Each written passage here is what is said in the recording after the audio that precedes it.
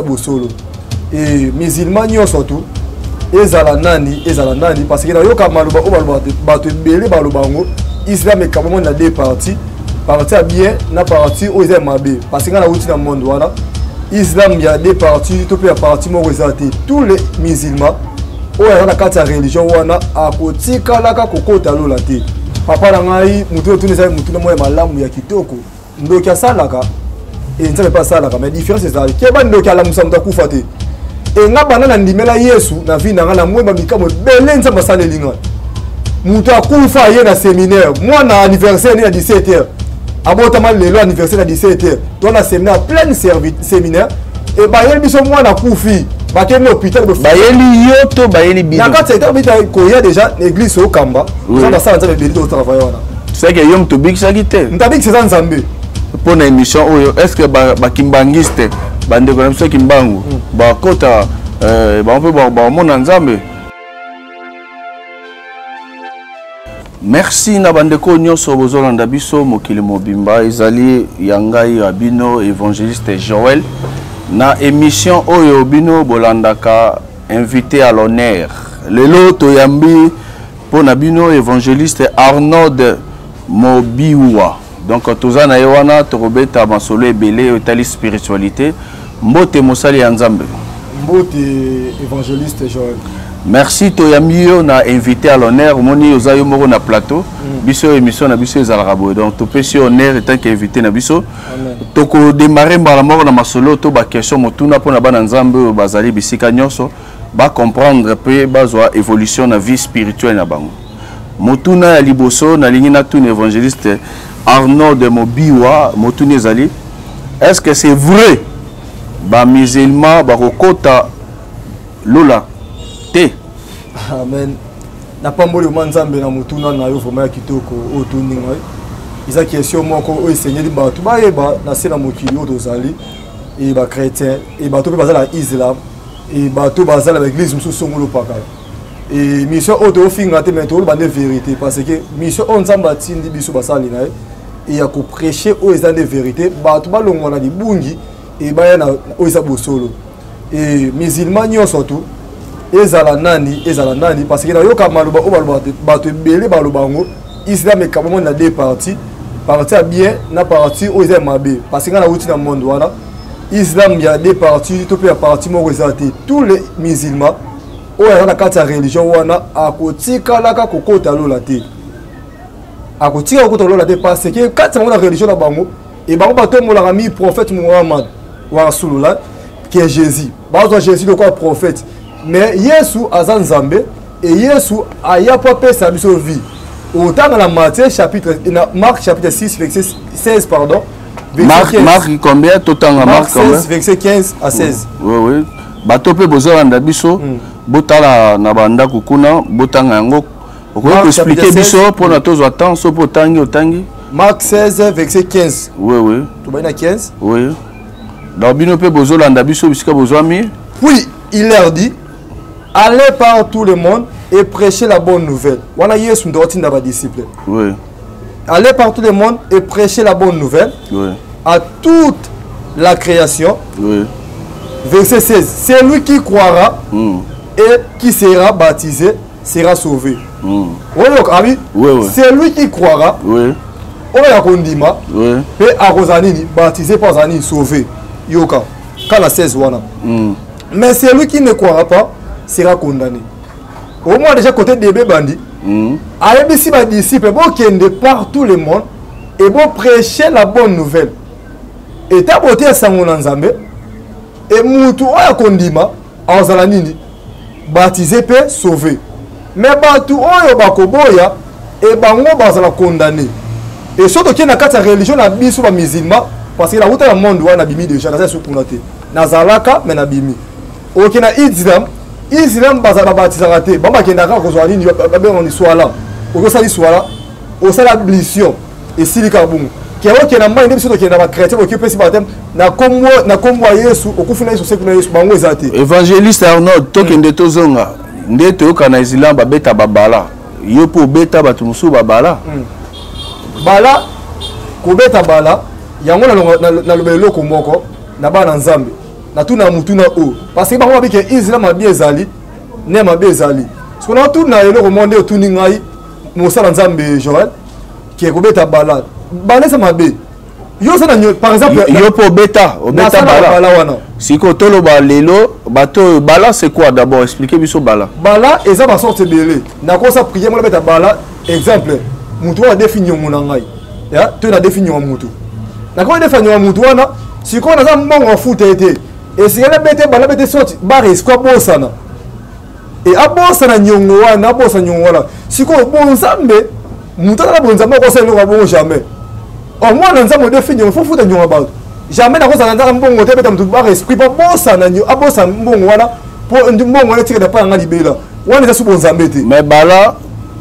toyo kaka to banda ko ka tant to zabana mike balé zali mutu face le kadiare ya ngona pesi na kata balé ça ba prier wana bala ko beta mpe diare o ko beta ba esprit na kata bala o ko sama bebele makasi mais bato yo belisa ba diare wana ndenge siko tolo banda yo belisa ki mutu wana diare leki makile sile akufi bon c'est normal elo nzamba limbisa ona bato beta ba bala nzamba limbisa na ba bien na kata religion wana ta na sala makambo wana na beta to bala na tikola bumande te OK ko bumana bumate na za sincère na miso nzambe et to ya te poto finga religion wana te bato ba bumba bazali abeti prier mo bala mo kwa buma mutu abomi pe azali mais ngana tikola sala na za ba prier na ko buma be mutu évangéliste Armand to solo la nano yo lungwe na islam au komi chrétien oye pa na Yesu bando komi chrétien nini aussi yo sali oyo mokili monike na yambi siko Yesu nguye ezali Yesu azosala kati na ye nini yo so sali to témoignage nini ezali o to kolekisa na émission bato ba comprendre que non oyambi Yesu azana nguya Yesu azosala papa na ngai mutu otunisa mutu na moya malamu ya kitoko ndoki asalaka et nzambe pas salaka mais différence ezali keba ndoki ala musa mutakufa te e nga bana na ndimela Yesu na vie na nga na mwemba mikamo bele nzambe asaleli nga mutu akufa ye na séminaire mwana anniversaire ni na 17h abotama lelo anniversaire na 17h to na séminaire plein séminaire et ba yeli biso mwana akufi ba ke no hôpital ba yeli yoto ba yeli bino na kati eta bita ko ya déjà l'église au Kamba nzambe asala nzambe beli to travailler wana c'est que yom to big sakite ntabik c'est nzambe nanzela yote nanzela na ngai nanzela na ngai basanze bazaki bela sali musala nga moko te tata bato za sima na ngai osa musala et to bonde ensemble na bango mwana fulufulu akwei kao ba yene ba kende hôpital de simbite ba yene église et to bonde li mwana na aseku asubi mbala mo sur place aseku en différence wana ce qu'on a muto za ndoki parce que na islam tana ki musulman tozo kende c'était quoi o elekaki wana action na ya mwana wana ezalaki nini ezalaki histoire nango ezalaki nini ya mwana wana mwana zalika boeki azali kimia et le remonter anniversaire préparé pour na pourquoi 17h ba fêter l'anniversaire mwana osaka na poeka boy full ba meme l'hôpital et simbate ba docteur bi o comme cas grave mwana kufi mama bité na salle l'église ya pasteur Josué to kende kuna papa zalina séminaire wana na mwana papa na nga Josué le Kamba papa zalina séminaire après si biso mwana wana boke bonde ya pone et na bonde pour na mwana basala nzambe to ina bango to bonde mwana seku sur place asu ezalaki ya famille ezalaki bata quartier to ezalaki papa o abosi mama na ye azali ndoki OK na ya on la ligne expliquer biso nde wana base ya maladie wana siko ya base maladie papa na papa abosi mama na bango akile kindoki na sala ki je wana et abimasi mwana na anniversaire la mwana kufa et ba yokuta biso asala nzambe to bonde pour na mwana la muki et deuxième makambo na mwana pa na nzambe nzambe asala bomo ya salaka parce que na simbeloko oyo po mutu asala nzambe na ndenge akisi to pe ba musulman akobona ne mutu abiki na malade mais jamais mwana musulman mutakufa bona pona seku esala mwana mutu na tikala omona ngote onganga kisa bonde pona mutakufa seku ba biloko basukaka abonde ya mbaso elimu nango abonde pona malade bo elimu mais a injecter milimu mabe kati na yo siko pa na biso soko ina mutakufa asekwaka dernièrement lobby c'est quand lelo na église le dimanche to za témoignage ya maman moko aina mbaso beti mbaso pa mutu na lupongo afanda kale ba mona mama bi makazonga ba beti maman mbaso osati masasi meto bole likolo moko de madusu pote munene etanga makila mama ayi abenyi biso to bonde pona na bonde li pona mama wana e mama woni miracle pote kaoki sur place et to kuta maman bandi kolela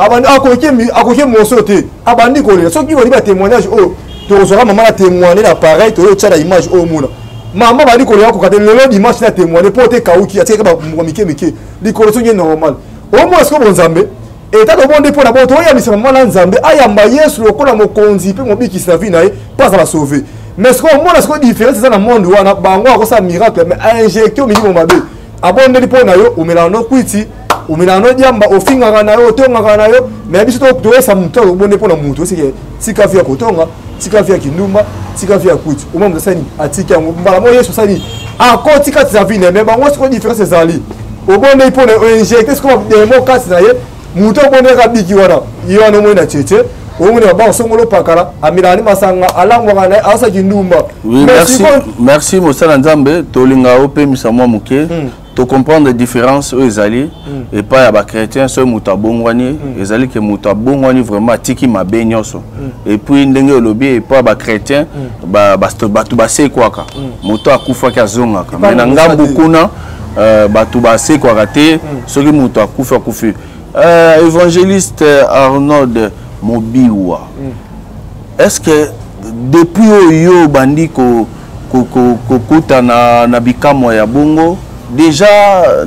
ne bat balobaka ngai na monaki Moïse na monaki Nzambe ngai na kutanaki na nini na viboy banda Oyo commence un vrai serviteur de Dieu. Non non mona image mo tende Moïse amona nzete zozika ke Nzambe pa yebwa simbo na lokolo yo na nuté po batebele baza ngana kutana Nzambe tout donc bon eza mutu na mo ya kito na sepel makasa mitu o mitu na mo onzizo kota ni makambo nde o na biki na vie na ngapi na obika yango ouais eza makambo oyo toza sincère toza basala Nzambe tota mo banzila jamais na kokosela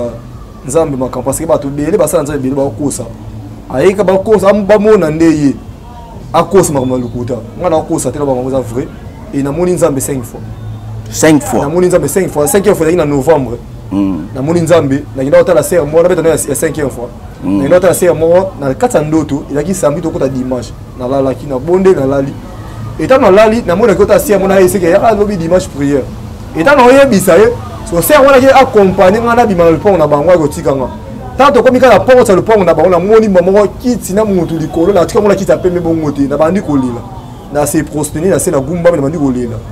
ce qu'on a ça c'est on a tala likose wana mo atali likolo mo le monde mais c'est un Nzambe ye wana likolo mo na te ni ne la kisa ke Nzambe yo kasko tanga lobitan la lela mama yebisinga Arnold mwana na ngai yebisa na mokili nga Nzambe no ya calamité bato bongo na mutema tango ya misu mama la misu nanga et dimanche wana na bima ya novembre wana na bima ya 2020 ou 2022 21 pardon et na bima na pesi communiquer à l'église Nzambe yebisinga o ya calamité. Est-ce qu'on a novembre, na décembre, on a mon lèvre salami. Première fois, on a mon Nzambe bimelinga, na mon la kota retraite. Ya ngoba na Nzambe, luka Nzambe na vie na. Et tant que luka Nzambe, c'est créé ça na luka Nzambe. Et muta bonde la ka, muta luka Nzambe, et Nzambe on l'accepte à merveille cachée. Et na kota retraite une semaine pour la makamwe tout sa vie na. Wana na moni Nzambe na vie na te première fois na na ina mwana na sama kola papa ngai oh utolo basiko zaki 5e fois parce que 5e fois est-ce qu'on a commis ce qu'on sait dans Nzambe na c'est dans Nzambe tina le nazali voilà 5e fois la première fois na ngana mona Nzambe OK et première fois mona Nzambe na mona une semaine premier jour na jeûner et deuxième jour na mona des heures à 6h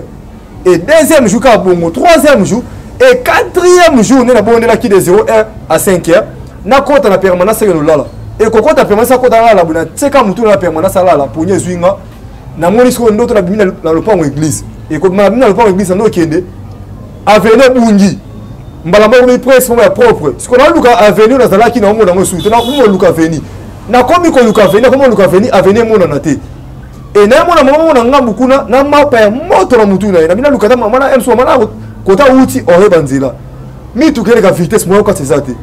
na luki na sala tout na kati na kati c'est na luki na kepo kota mama wana na tuni mama wana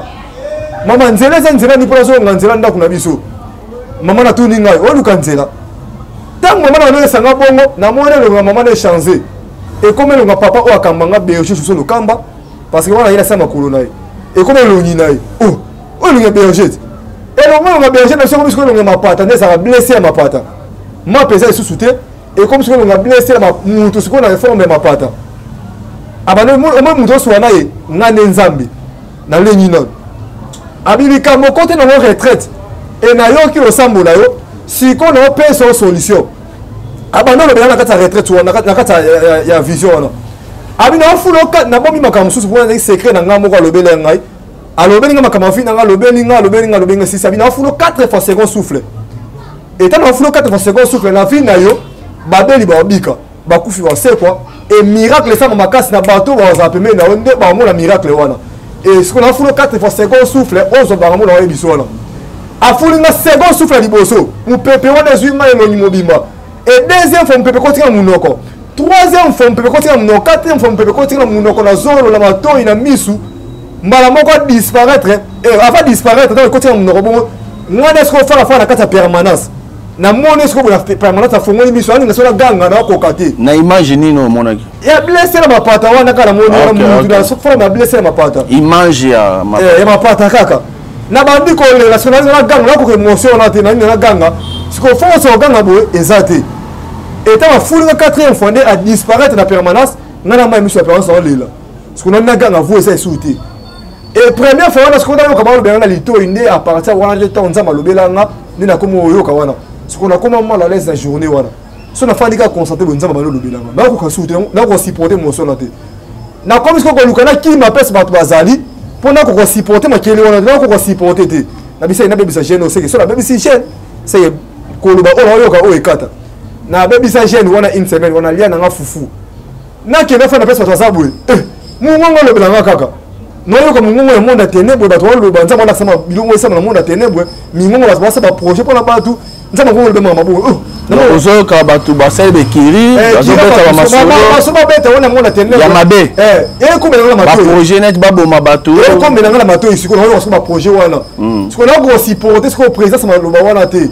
et nzambe so na lo belanga makambo ça le mabo na ko supporter te et nde siko wana na yo mona siko makambo ko sema na Islam parce que na Islam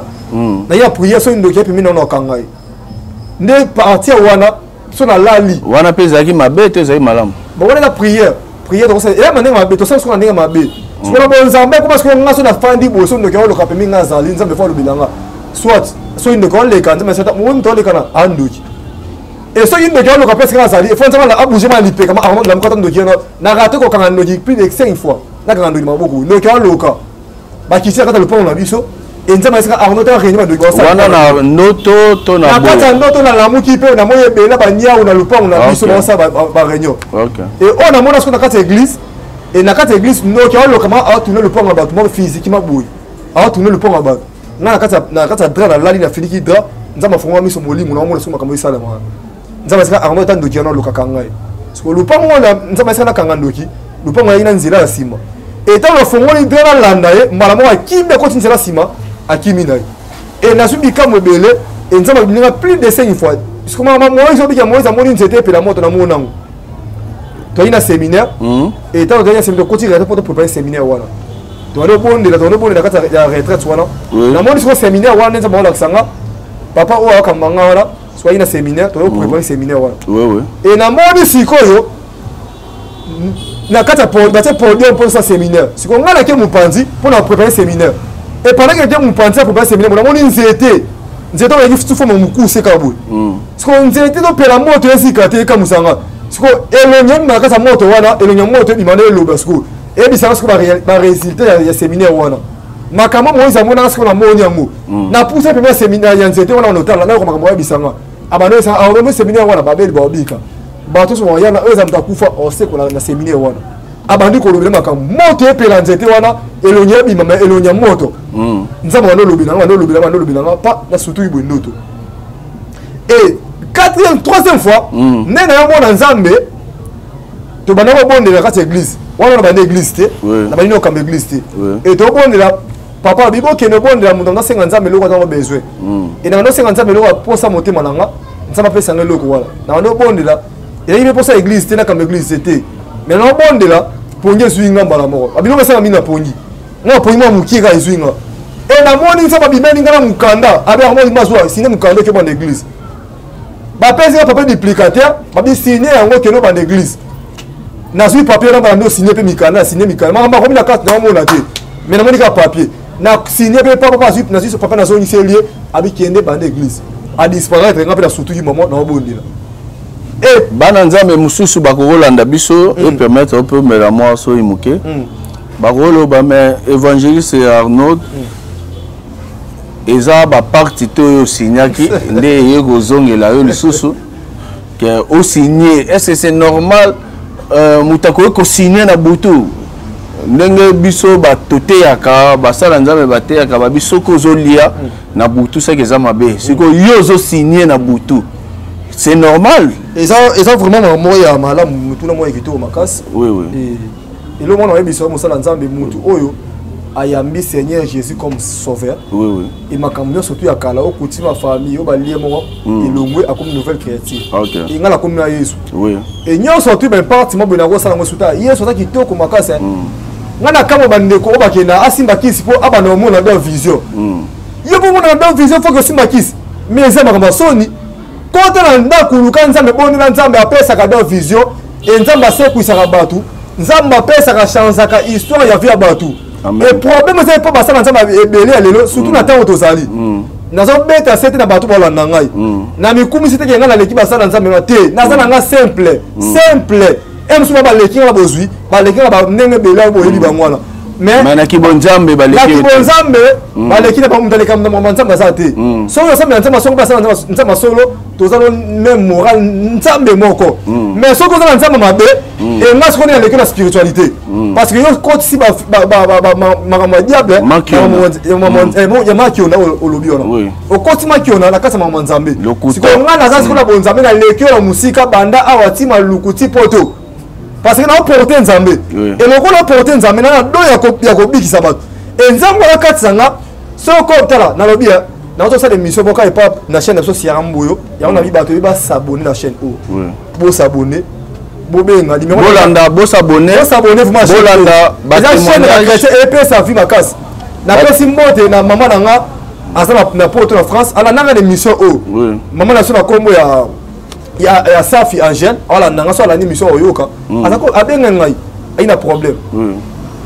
na tayi kombo de mais comment mboka na bombi aina problème to bondeli nzama pese solution ba ka yete na dekine mission chaîne mususu to bondeli ba to landi ba mu ba miracle parce que a combien plus forte raison li kamuna oza la poto oza na États-Unis oza la mboka songolo paka makambo tele melio o na bota te o miom o kiste o mbasu o malade na spirituel na kanda spirit ba to boya malade molimo et na kanda monde wana et oza la problème songolo déranger vie na yo benga numéro yango 089 pesa mbala moko numéro yango 089 62 69 424 089 62 69 424 numéro na na WhatsApp benga même si problème yango lekin mabanzo na ona ke ndabo na suki mama yo suki mais nzamba suki te nzamba sala de près peu de loin toza musika nzamba za capable à proposer solution maman mo wazaki na problème mabota boti mo ali bosse mi balé abota suti est-ce que papa non comporte boti mo mi balé mais non bota suti est-ce maman ba kamuke et to bonne pour na mission c'est 4 mois attends na zem tokosenga mpe batémoignage mpe bandokoya mpona totiaka bato baconfirme ezaka maloba te me bamona mpe baacte ezosalema donc nakosignale bato nyonso bozolanda biso tokomi kokende déjà na suka numéro ya évangéliste Arnaud eza wana bobenga ye bato bozala baproblème bisika nyonso bozali bolokalize ye bokosolola akobondela mpona bino ebele akosolola ezali mutuna ezali na ebe ozala maloba ebele na munoko émission eza ebele tosala mutuna eza ya suka mpona émission oyo est ce que bakimbangiste bandeko na biso ya kimbangu bakota bampe bamona nzambe bokonzi ya likolo eza mpe mpona bango bon zela na sepelo répondre yango vraiment te tobombi yango na tobanda yango na émission koya parce que minute eza déjà ebele te korépondre tokotourne te yebisa biso lelo toza dimanche totourne journée ni mpona bato bazela question namoni programme totie jeudi totourne jeudi totourne bana nzambe nyonso bolanda biso jeudi déjà à partir ya 18h